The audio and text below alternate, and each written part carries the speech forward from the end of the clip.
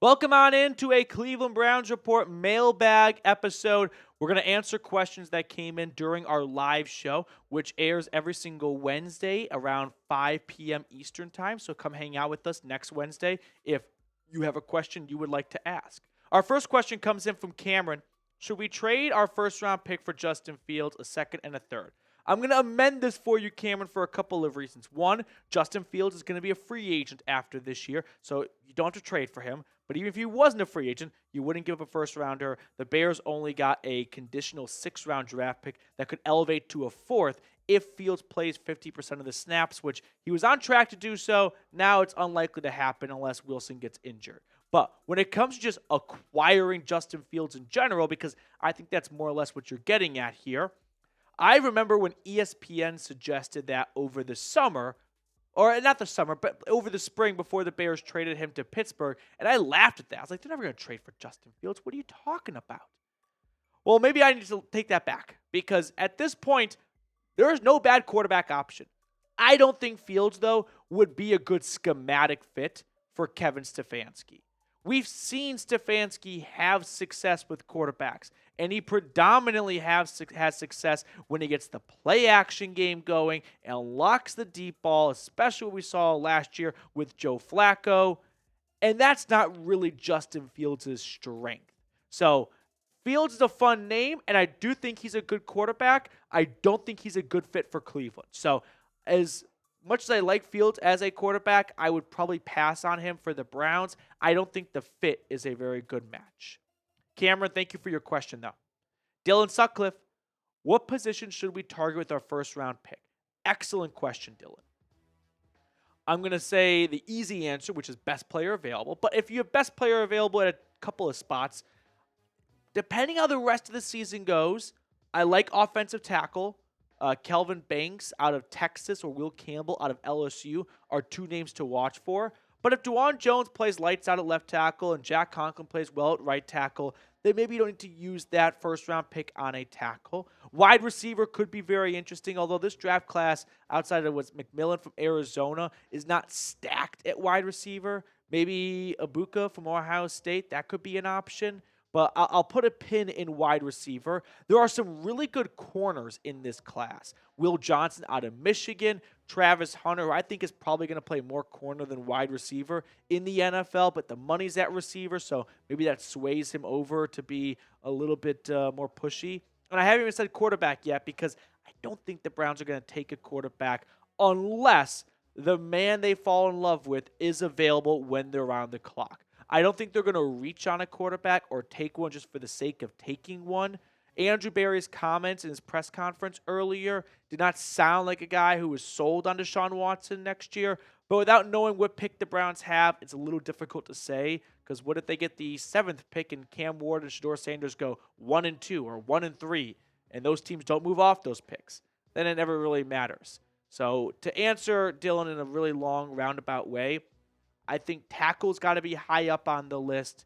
If it's not tackle, wide receiver might be very tempting given Amari Cooper's departure. Austin, what do you think about Stefanski naming Winston the starter coming out of the bye week? I feel like this would be a good time for DTR. Just give him the rest of the year knowing he will start. I think that we should have a much better idea of DTR as a quarterback than we want to admit. We saw DTR start 3 games last year. It's not a ginormous sample size, but it is a decent sample size.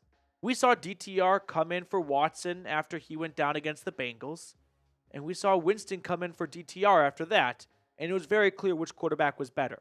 So I know that there is some allure to just, well, why not go with the younger guy? You never know. The reason or the answer to that question is, it's tough to tell your locker room, hey, I know that internally we all know that Jameis is better, but it's a lost season, so sorry we're going to waste a half season of your career because we just want to play GM mode in Madden and find out what we have in Dorian Thompson-Robinson. You could get away with that in like week 18 or 17. To start that in week 11, there's still a lot of football left for guys to go out there and play hard and feel like, well, I'm playing my ass off, but it doesn't feel like the team's all that interested in winning. They're more interested in just being discovery mode for the quarterback of the future. So, and that being, coming with a pretty good idea as to what you have in Dorian Thompson-Robinson, which is, in my opinion, not a franchise quarterback. So I think Jameis is better than DTR, and his leash should not be very long, but I don't think we should turn it over to DTR just for the sake of starting the younger quarterback when we've seen DTR play, and it hasn't been all that great. Made you look. Nick Chubb, close to 30 in age. What are your thoughts on drafting Boise State running back Ashton Genty for the future? I would love to, but that's a luxury. That's a perk. The Browns have not earned that perk. You can get that perk. By perk, I mean drafting a running back in round 1 when you have shown me that the rest of the roster is in a good position. I'm actually very pro running back. The easy opinion, the easy take that everyone jumps on right now is don't pay running backs, don't draft running backs. Well, the teams that say that, or the fan bases that say that, usually have Patrick Mahomes or Josh Allen or Joe Burrow as their quarterback, right? Easy for them to say that. If you don't have one of those guys, you should have a very good running back. So I like Ashton Genty a lot. I think he's going to have a very, very successful NFL career. I don't think it makes sense for the Browns to use a first-round pick on him.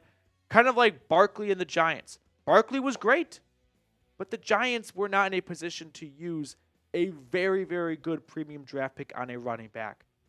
Just the return on your investment for how valuable that pick is, it's not there. If you had a franchise quarterback with no question about it, and this was just the cherry on top, I'm with you, right? But we don't. We have bigger issues to solve than running back. Before we get to the rest of the questions on today's episode, it is brought to you by our friends over at Ollie. Clean, fresh nutrition for your dog. Right now, Ollie is offering a fantastic deal to let your pup taste test a personalized meal plan. Get 60% off your first box of meals when you use promo code CHATSPORTS at ollie.com. And 5 flavors they'll absolutely love.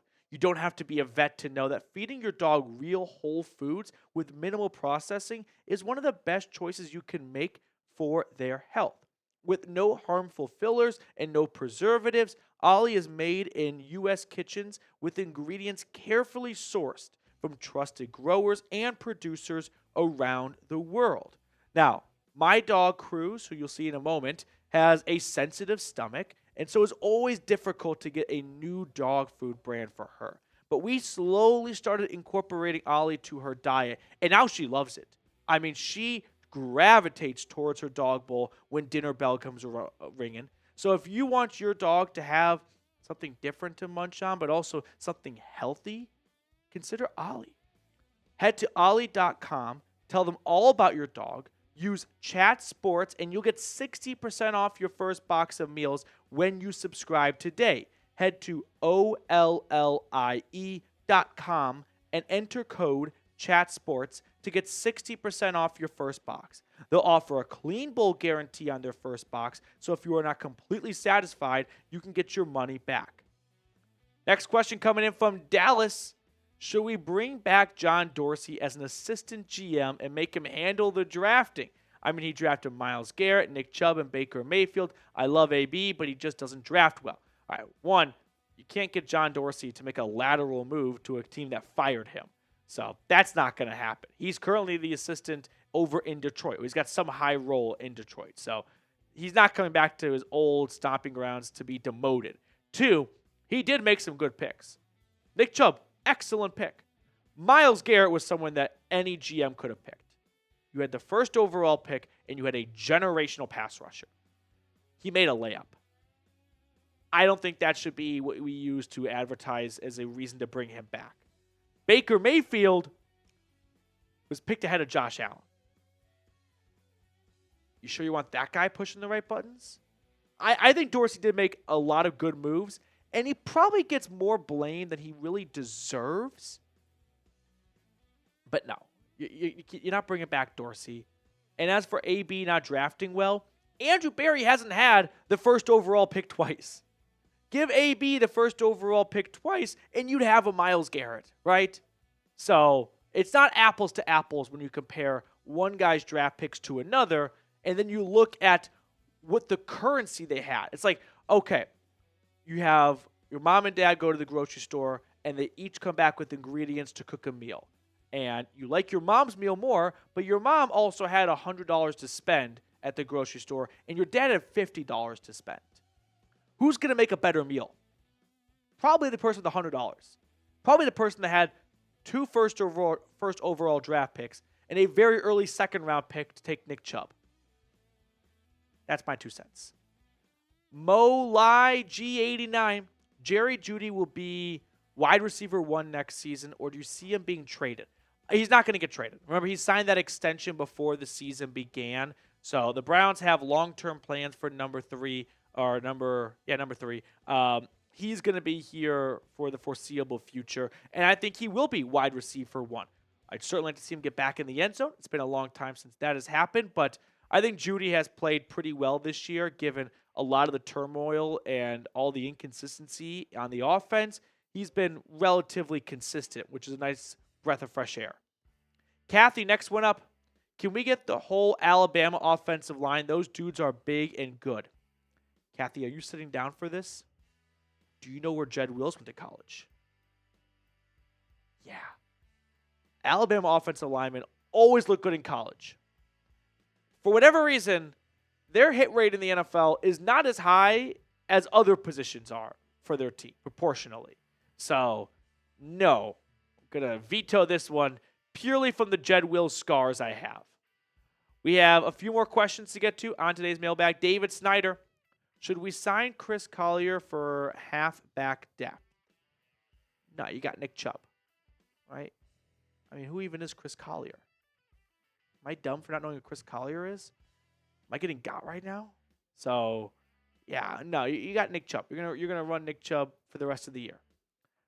We had a $50 super chat, by the way, come in during our live show from Slow But Sure. PD, love the videos, my man. Best Browns analyst on the tube. Let's go Browns. Slow But Sure, thank you so much for your $50 super chat. If you enjoy the content we put out there and you're still watching our mailbag right now, scroll on down to the comment section. Drop a CLE for me. That way I know where the end of the video crew is. It's always fun to have an idea as to who watches all the way to the end. So if you're still hanging out with me right now, drop a CLE in the comment section.